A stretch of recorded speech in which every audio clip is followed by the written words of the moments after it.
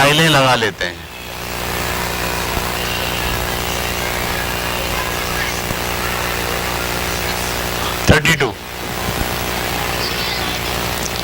टाइलें एक लाइन में 32 टाइल लग रही है। ये मैंने मिटा दिया। ये सवाल थोड़ा टेढ़ा मेढ़ा सवाल है, पहले आपको सवाल का पूरा इमेज जहन में बनाना होगा, फिर आप सवाल करेंगे। पहले मैं सवाल लिख दूं, फिर डिस्कस करते हैं।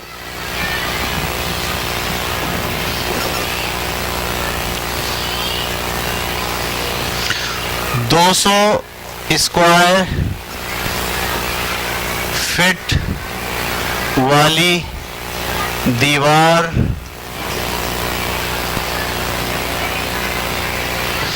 जिसकी हर लाइन में 24 टाइल्स लगती हैं,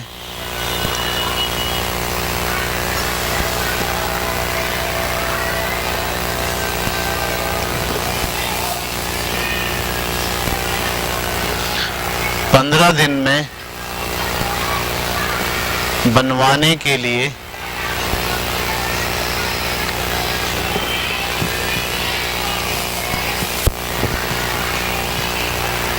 कितने मजदूर दरकार हैं अगर वो 6 घंटे रोज काम करें।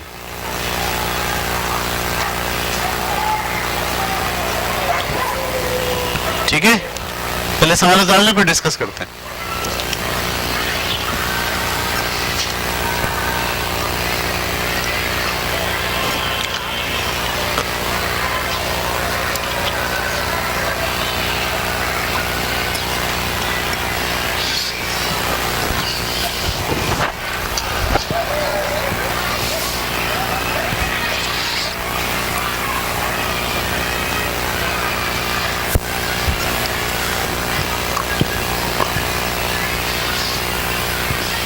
सवाल पहले उतार लें पूरा, फिर मैं सवाल समझाता हूं, फिर हल करेंगे।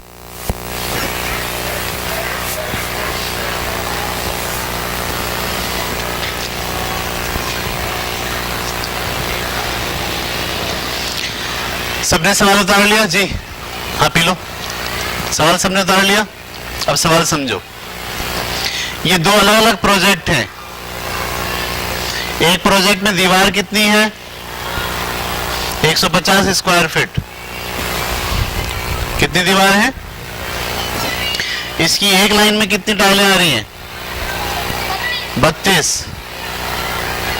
इसमें मजदूर कितने लगाए हुए हैं? 12।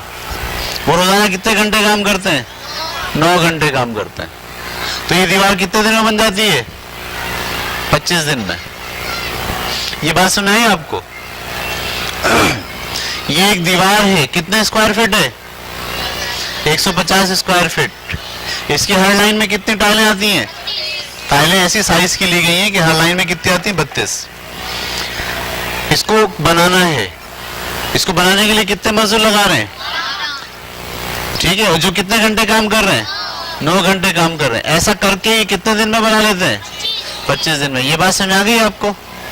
अब आपको एक दूसरा प्रोजेक्ट है, सही है, जिसमें जो दीवार है वो 200 नहीं है, अब कितनी? अब 150 नहीं है, अब कितनी है?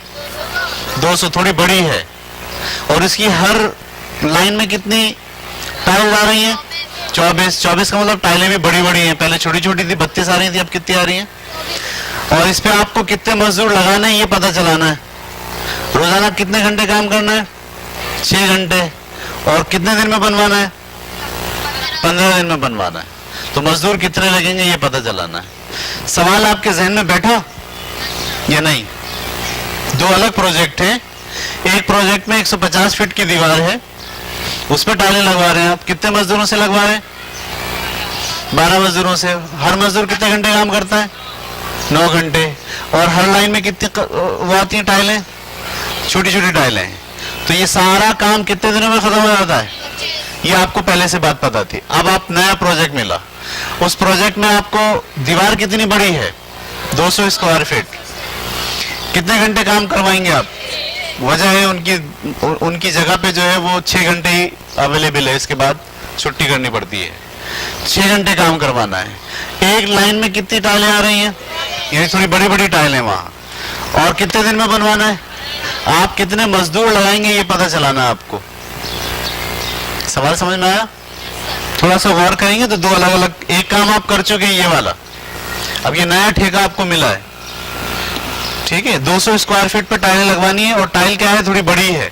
कितनी टाइल लग रही है एक लाइन में? 24 टाइलें लग रही हैं। कितने दिन में बनवाना है? 15 दिन में। मजदूर कितने घंटे काम करेंगे? सिर्फ 6 घंटे। कितने मजदूर लगाने? पता चलाना है। पहले आपने कौन सा काम करा था? ये वाला। ये क्या काम था? 150 स्क्वायर फीट का फर्श था। हर लाइन में कितनी टाइलें लग रही थी? 32। कितने मजदूर लगाए थे आपने? वो कितने घंटे काम करते थे? तो वो कितने दिन में काम हुआ था? ये आपका पहला का तजर्बा है। इस तजर्बे की बुनियाद पर आपको अगला प्रोजेक्ट कंप्लीट करना है और बताना है कितने मजदूर आपको लगाने पड़ेंगे। समझ में आ गया सवाल? अब इसको हल करते हैं। इसमें रेशो 2 चीजों के दरमियान नहीं है, 3 चीजों के दरमियान नहीं है, 4 चीजों के दरमियान नहीं है, 5 चीजों के दरमियान है। सही है? इसमें रेशो कितनी चीजों के दरमियान है? चलिए, कौन कौन सी 5 चीजें हैं?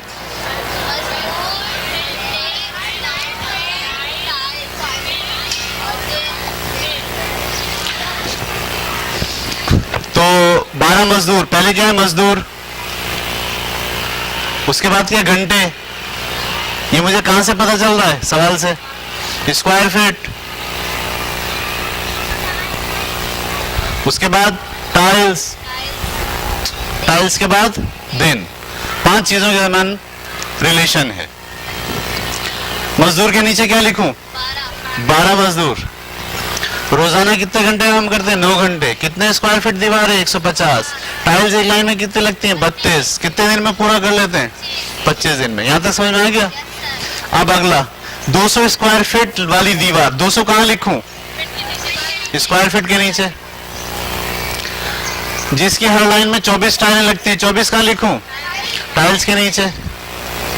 15 दिन में बनवाने के लिए 15 यहां लिखूं। कितने मजदूर दरकार है? कितने का मतलब एक्स यहां लिखूं। जबकि काम कितने घंटे करेंगे? 6 घंटे। समझ में आ गया डेटा कैसे बनाया मैंने? आसान है मुश्किल है? बहुत आसान है, ज्यादा मुश्किल नहीं है। अब आपको पता है एक्स कैसे जाता है? नीचे से ऊपर। अब इसमें चारों के बारे में आपको फैसला करना है। हर एक को एक्स के साथ मैच कर करके देखेंगे। अभी उतारो मत, समझो सिर्फ। मैं इसको भूल गया, यहां उन दोनों को चेक कर रहा हूं, ठीक है। अगर आप 9 घंटे काम करवाते हैं तो 12 मजदूर लगते हैं। समझना? अब ये फर्श है। मैं उनसे बोलूं भाई आप रोजाना 9 घंटे काम करेंगे तो कितने मजदूर लगना है? 12। बोले नहीं, आप रोजाना 9 घंटे काम नहीं करेंगे, आप 6 घंटे काम करेंगे सिर्फ। तो आपको मजदूर ज्यादा करने पड़ेंगे, कम करने पड़ेंगे? क्यों? आप टाइम कम दे रहे हो ना। टाइम कम में अगर मजदूर भी कम करा तो टाइम थोड़ी कम होगा, फिर तो टाइम बढ़ जाएगा। तो यहां देखो, अगर टाइम कम होता है तो मजदूर बढ़ाने पड़ेंगे। ये बात समझ आ गई? एक चीज कम हो रही है, दूसरी चीज बढ़ रही है। कौन सा प्रोपोर्शनल बना? इनवर्सली।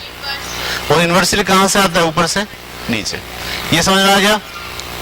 ये नहीं आ गया? अब आइए स्क्वायर फीट। अगर 150 स्क्वायर फीट फर्श करवाना है तो कितने मजदूर लगा रहे हैं? 12। अगर 200 लगाना है तो ज्यादा। अगर आपको कम फर्श कराना है तो कम मजदूर, ज्यादा फर्श कराना है। कौन सा रेशो बना? डायरेक्टली। डायरेक्टली के नीचे मैंने डी लिखा और डायरेक्टली जाता कहां से? नीचे से ऊपर। यह समझ में आ गया? आगे चले। टाइल्स। 32 टाइल्स अगर लगवानी है, अगर 32 टाइल्स लगवानी है तो 12 मजदूर लगा रहे हैं। अगर आपको 32 नहीं 24 टाइल्स लगवानी हो तो आपको मजदूर बढ़ाने पड़ेंगे या कम करने पड़ेंगे? कम करने पड़ेंगे, बढ़ाने पड़ेंगे? मेरे पास 32 टाइलें पड़ी, मैं बोलूं ये लगानी है आपको, तो कितने मजदूर लगा रहे हो? 32 ना हो बल्कि 24 हो। अब तो मैं क्या और मजदूर बुलाऊंगा या बोलूंगा भाई कम चाहिए? कम चाहिए। टाइल्स भी कम हो रहे हैं, मजदूर भी कम हो रहे हैं। डायरेक्टली प्रोपोर्शनल, डायरेक्टली प्रोपोर्शनल का डी लिखा, डी डायरेक्टली प्रोपोर्शनल हमेशा कहां से जाता है? नीचे से ऊपर। अब आ जाइए दिन, आपको एक काम 25 दिन में करवाना है तो 12 मजदूर, मैं हर एक को किससे ढूंढ रहा हूं? मजदूर से जोड़ के देख रहा हूं। अगर आपको 25 दिन में काम करवाना है तो 12 मजदूर आपको चाहिए। आप कह रहे हो नहीं हमें तो 15 दिन में बनवाना है ये, तो मजदूर आपको ज्यादा चाहिए कम चाहिए? ज्यादा चाहिए। 25 दिन में बनवाना है तो चल जाएगा, लेकिन आपको अगर जल्दी बनवाना है तो मजदूर ज्यादा। तो दिन क्या हो रहे हैं? कम, मजदूर ज्यादा हो रहे हैं। कौन सा प्रोपोर्शनल बना? इनवर्सली। और इनवर्सली प्रोपोर्शनल कैसे लिखते हैं? ऊपर से। अब मैं यहां से लिखना शुरू करूंगा। पहले दिन लिख रहा हूं, क्या लिखूं? पहले क्या लिखूं? 25 रेशो 15। किसी बच्चे ने बोला पहले 15 लिखें, क्यों? क्या हमें इसको यूं लिखना है? हमें तो इसको कैसे लिखना है? यूं लिखना है। तो यूं लिखने के बाद पहले क्या आएगा? 25, बाद में क्या आएगा? 15। ये समझ में आ गया? अब उसके बाद टाइल्स में पहले क्या लिखूं? 24 रेशो 32। उसके बाद चला गया मैं स्क्वायर फीट में, पहले क्या लिखूं? 200 रेशो 150। उसके बाद आ गया मैं घंटे में, पहले क्या लिखूं? 9 रेशो 6। समझ में आ रही बात? देखिए, अगर आपने ये सही लिख लिया कि नीचे से लिखना है या ऊपर से लिखना है, तो बस फिर आपसे सवाल सही होगा। लेकिन अगर आप ये तय नहीं कर पाए कि इसको नीचे से लिखना है या इसको ऊपर से लिखना है, ये डायरेक्टली प्रोपोर्शनल है या इनवर्सली प्रोपोर्शनल है, तो फिर आपको बात समझ में नहीं आएगी। अब क्या लिखूंगा? ये बराबर का निशान डाल के x इंटू 12, कोने वाले एक साथ और बीच वाले एक साथ। कोने वाले कौन कौन से? 25, 24, 200, 9 और 12। बराबर का निशान। यहां कौन कौन? 6, 150, 32, 15 और x के साथ जो भी रकम होगी वो कहां जाएगी? नीचे। तो मैंने लिखा x बराबर है, ऊपर क्या किया? 25, 24, 200, 9, 12। नीचे क्या आएगा? 6, 150, 32, 15। समझ में आ गई बात? ये वाले 0 से ये वाला 0 तो पहले काट डालें। यहां तक समझ में आ गया? 6 से काटें, 12 कट रहा है, 6 कम 6, 6 दूनी 12। ठीक है, और बोले आप?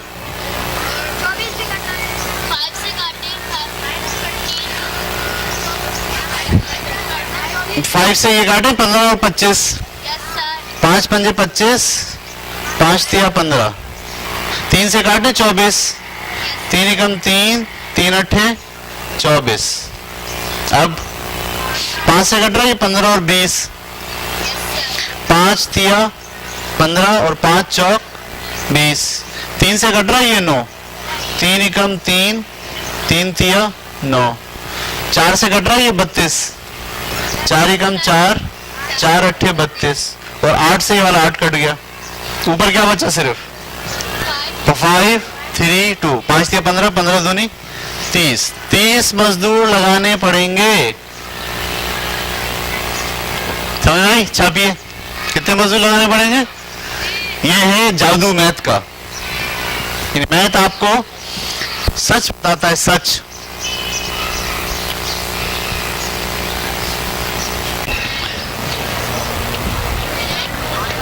चलिए जी, सवाल लिख रहा हूं मैं बोर्ड पर।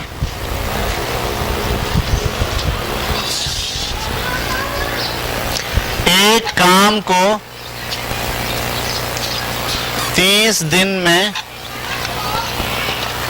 8 दिन में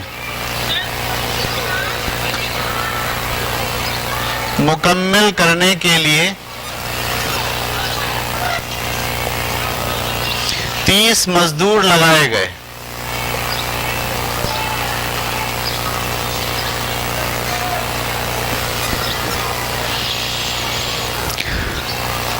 लेकिन 3 दिन के बाद पता चला कि काम का सिर्फ 1/3 हिस्सा मुकम्मल हो पाया।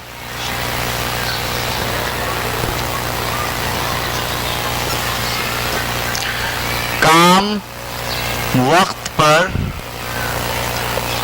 मुकम्मल करवाने के लिए कितने मजदूर और लगाए जाएं?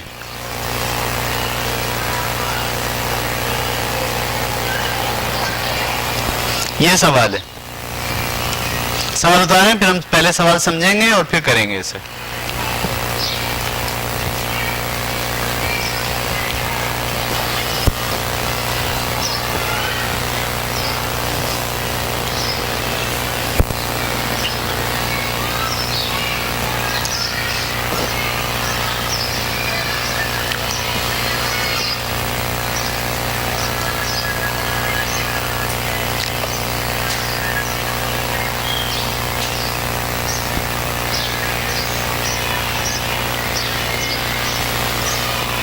ये हमारी आज छठी क्लास है, 2 क्लासेस अभी और हैं, तो मेरा ख्याल है अगली दोनों क्लासेस में गर्मी ज्यादा हो जाएगी, तो बर्दाश्त करें आप थोड़ा सा। ये 8 क्लासेस का एक पूरा टॉपिक है जिसमें तकरीबन जनरल मैथमेटिक्स पूरा अलजबरा के अलावा वो जो है वो मैं पढ़ा दूंगा। उसमें से ये छठा सेशन आज चल रहा है, 2 सेशन अभी और हैं इंशाल्लाह अगले हफ्ते और उससे अगले हफ्ते। 6, 7, 8 वाले बच्चे जहन में रखें, इम्तिहानात में जो आपका पेपर आएगा मैथ का उसमें ये जो पढ़ाया जा रहा है इसके सवालात होंगे, ठीक है। ये वीडियो बन रही है, मौजूद है फेसबुक पे, आपके स्कूल का जो फेसबुक का पेज है उस पर भी मौजूद है, आप तैयारी के लिए इसको देख सकते हैं पीछे पलट कर। चलिए अब सवाल पे आए। एक काम को 8 दिन में मुकम्मल करने के लिए 30 मजदूर लगाए गए। सड़क थी एक, समझ ले, वो बनानी है, ठीक है। कितने दिन में बनानी है? 8 दिन में बनानी है। तो ये मिसाल मैं आपको देने के लिए सड़क बना रहा हूं, ये सड़क है, ये बनानी है, कितने दिन में बनानी है? 8 दिन में। कितने मजदूर लगाए इस पे? 30। लेकिन 3 दिन के बाद पता चला, 3 दिन के बाद पता चला कि काम का सिर्फ 1/3 हिस्सा मुकम्मल हुआ है। ठेकेदार जब आया तो 1/3 का मतलब क्या होता है? अगर इसके 3 हिस्से करें उसमें से एक हिस्सा तो बन गया, सही है, बाकी अभी 2/3 हिस्सा नहीं बना। ये 2/3 कहलाएगा ना, 3 में से 2 हिस्से, 1/3 काम बन गया। कितने दिन में बना ये? 3 दिन में, ठीक है। अब आपको पास कितना काम बचा है? 2/3। क्या ये वक्त पे मुकम्मल हो जाएगा? 5 दिन बचे, तो ये पता चलाना है कितने मजदूर और लगाए जाएं। सवाल समझ में आ गया? तो इसमें 3 चीजें हो गई, काम, दिन और मजदूर। अगर मैं आपसे कहूं ये काम कितने दिन में हुआ है? 3 दिन में। कितने मजदूर ने किया है? 30 मजदूरों ने किया है। कितना काम है ये? 1/3। तो मैं यहां लिखूंगा 1/3 काम 3 दिनों में 30 मजदूरों ने किया। ये बात समझ आई? हालांकि वहां कहीं नहीं लिखा हुआ 1/3, लिखा है। हाँ, तो हमने सोचा है कि ये जो काम किया है कितने मजदूरों ने किया है? 30 मजदूरों ने। कितना काम है ये? 1/3। कितने दिन में हुआ? ये लिख दिया मैंने, 1/3 काम 3 दिन में 30 मजदूर करते हैं। काम कितना बाकी बचा है अभी? 2/3। कितने दिन में करवाना है ये काम आपको? 5 दिन में कराना है। ठेका तो 8 दिन का है ना, बाकी कितने दिन बचे हैं अभी आपके पास? 5 दिन में कराना है। तो कितने मजदूर लगाएंगे ये मालूम करना है, ठीक है। चलिए ये तो हमारा बन गया। अब इसको बारे में फैसला करना है। एक्स हमेशा नीचे से ऊपर। अब इसके बारे में फैसला करना है, इसको छोड़ दीजिए। अगर 3 दिन में काम करवाना है तो 30 मजदूर लगा रहे हैं। अगर 3 दिन में काम करवाना है तो 30 मजदूर लगा रहे हैं। अगर आप कहें नहीं हमें 3 दिन में काम नहीं कराना, हमें 5 दिन में काम कराना है, तो आपको मजदूर कम करने पड़ेंगे या ज्यादा करने पड़ेंगे? आप कोई एक काम 3 दिन में कराना है, बोले नहीं 3 दिन में नहीं कराना, 5 दिन में कराना है आराम से। 5 दिन में आराम से कराने के लिए ज्यादा मजदूर लाएंगे, कम करेंगे, तो यहाँ दिन ज्यादा हो रहे, मजदूर कम हो रहे। कौन सा रिलेशनशिप बना? इनवर्सली। और इनवर्सली कहां से लिखते हैं? ऊपर से नीचे। यह समझ में आ गई? अच्छा, अब इसको भूल गए, इसको इसके साथ 1/3 काम है, 30 मजदूर लगाए। 1/3 आपके जहन में है ना? अगर 2/3 काम कराना हो तो मजदूर ज्यादा करने पड़ेंगे, कम? ज्यादा। क्यों? काम ज्यादा हो गया तो मजदूर भी क्या करने पड़ेंगे? ज्यादा। ये डायरेक्टली प्रोपोर्शनल है, ये कहां से जाएगा? नीचे से ऊपर। जी पहले क्या लिखूं? काम लिख रहा हूं। काम में पहले क्या लिखूंगा? 2/3 रेशो 1/3। समझ में आ गई? उसके बाद दिन लिख रहा हूं। दिन में क्या लिखूं? पहले 3 रेशो 5 ब्रैकेट बंद बराबर है x रेशो 30। समझ में आ गई बात? कोने वाले एक साथ, बीच वाले एक साथ। कोने वाले कौन कौन से? 2/3 3 30 बराबर का निशान 5 1/3 इंटू एक्स। एक्स के साथ जो भी रकम होती है वो कहां से ली जाती है? नीचे। एक्स बराबर है 2/3 30 3 30 अपॉन 5 1/3। ये नीचे वाले 3 से नीचे वाला 3 कट गया। 5 से 30 को काटो, 5 एकम 5 5 6 30। अब आपके पास 2 3 और 6, 2 3 6 6 6 36। कितने मजदूर चाहिए? है कितने? कितने बढ़ाने पड़ेंगे? तो आपका जवाब आ गया 6 मजदूर बढ़ाने पड़ेंगे।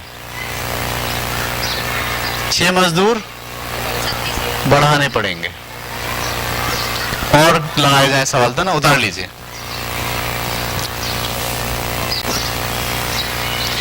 ठीक है, तो ये हमारा प्रोपोर्शन का टॉपिक जो है वो खत्म हो गया।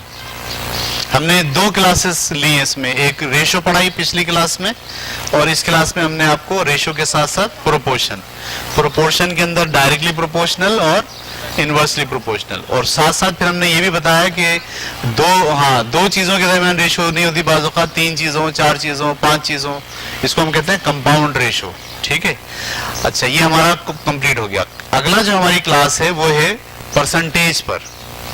आपने एक लफ्ज सुना होगा ना, परसेंटेज। कितने परसेंट नफा हो गया, कितने परसेंट नुकसान हो गया। ठीक है, तो अगला हमारा जो पूरा दिन होगा नेक्स्ट सेशन का, वो हम लेंगे परसेंटेज पर। बहुत इंपॉर्टेंट सेशन है वो भी। बच्चे जो है वो परसेंटेज का कॉन्सेप्ट उनको नहीं आता समझ में कि ये क्या है, नफा नुकसान समझ में नहीं आता। तो हम इंशाल्लाह कोशिश करेंगे कि अगले पूरे सेशन में परसेंटेज को जो है वो फाइनलाइज कराएं। चलिए।